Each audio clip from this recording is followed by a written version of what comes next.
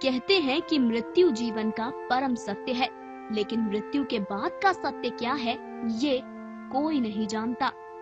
मृत्यु के बाद क्या होता है, कैसे आत्मा प्राण त्यागती है, कैसे वो यमलोक जाती है, इन सवालों के जवाब अगर कहीं है तो वो गरुड़ पुराण है। इस पुराण में एक किस्से का उल्लेख किया गया है जिसमें भगवान श्री विष्णु के वाहन गरुड़ उनसे ये पूछते हैं कि हे श्री हरि, मुझे ये बताइए कि मृत्यु के कितने दिनों बाद आत्मा यमलोक पहुंचती है।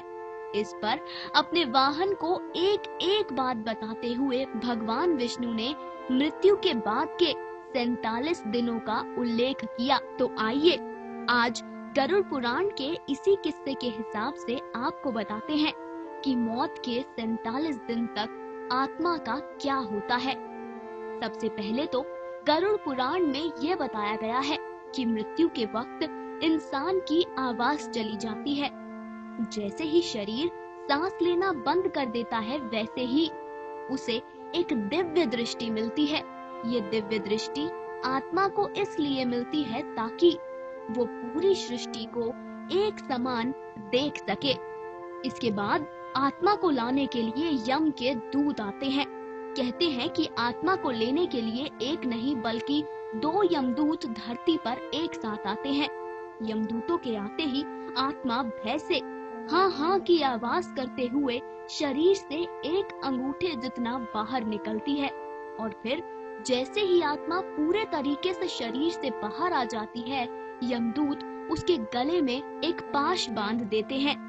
इसके बाद आत्मा को यमलोक लेकर जाया जाता है। लिखा गया है कि अगर आत्मा पवित्र हो तो उसे खुद परमात्मा का वाहन लेने आता है, लेकिन अगर आत्मा बुरी हो तो उसे गर्म बालू और अंधेरे से भरे रास्ते से होकर गुजरना पड़ता है। अगर आत्मा पापी हो तो उसे यमलोक पहुंचने के बाद यातनाएं दी जाती हैं।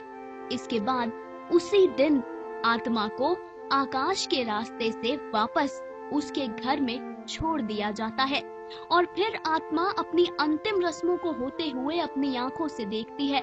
मौत के 12 दिनों तक अपने घर में अपनों के बीच रहती है वो आत्मा। 13वें दिन जब आत्मा का पिंड दान हो जाता है तो उसे यम के दूत फिर से लेने के लिए आ जाते हैं, लेकिन अब जो सफर है आत्मा के लिए वो बेहद कठिन होता है।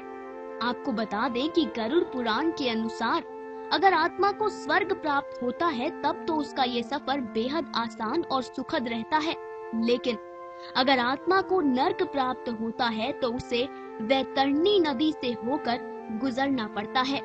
अब सवाल ये उठता है कि ये वैतरणी नदी है क्या? आपको बता दें कि वैतरणी नदी गंगा का रौद्र रूप है। जी हाँ, विशेषज्ञों के हिसाब से ये गंगा का ही भयानक खौफनाक रूप है। पुराणों में ये लिखा गया है वैतरणी नदी में बहने वाला जल लाल रंग का होता है। इस नदी में आग के अंगारे होते हैं और बेहद डरावने जीव होते हैं। अब कर्मों के अनुसार इस नदी के ऊपर से आत्मा को ले जाया जाता है। अगर आत्मा घोर पापी हो तो उसे उस नदी पर से घसीट कर ले जाया जाता है। उस वक्त आत्मा ऐसा महसूस करती है जैसे वो जल रही हो, जैसे कुछ काट रहा हो, जैसे उसके शरीर को चीरा जा रहा हो। लेकिन अगर आत्मा ने कई पापों के बीच एक पुण्य भी किया है तो उस आत्मा को उस नदी के ऊपर से वाहन से ले जाया जाता है। खास तौर पर अगर पापी आत्मा ने अपनी जिंदगी में एक बार भी गौदान किया हो तो उसे वैतरणी नदी के ऊपर से होकर घसीटते हुए नहीं ले जाया जाता, बल्कि वाहन पर बैठाकर नर्क द्वार की ओर ले जाया जाता है। वैतरणी नदी का ये सफर 47 दिनों का होता है और 47 दिनों तक पापी आत्मा को पीड़ा बर्दाश्त करनी पड़ती है। 47 दिनों तक लगातार आत्मा को यातनाएं दी जाती हैं। 47 दिनों के बाद ये सफर खत्म होता है और आत्मा यमलोक पहुंचती है। तो ये था आत्मा का वो 47 दिनों का सफर जिसके बारे में भगवान विष्णु ने अपने वाहन गरुड़ को बताया था। लेकिन इस रिपोर्ट के अंत में हम आपको एक सलाह देना चाहेंगे।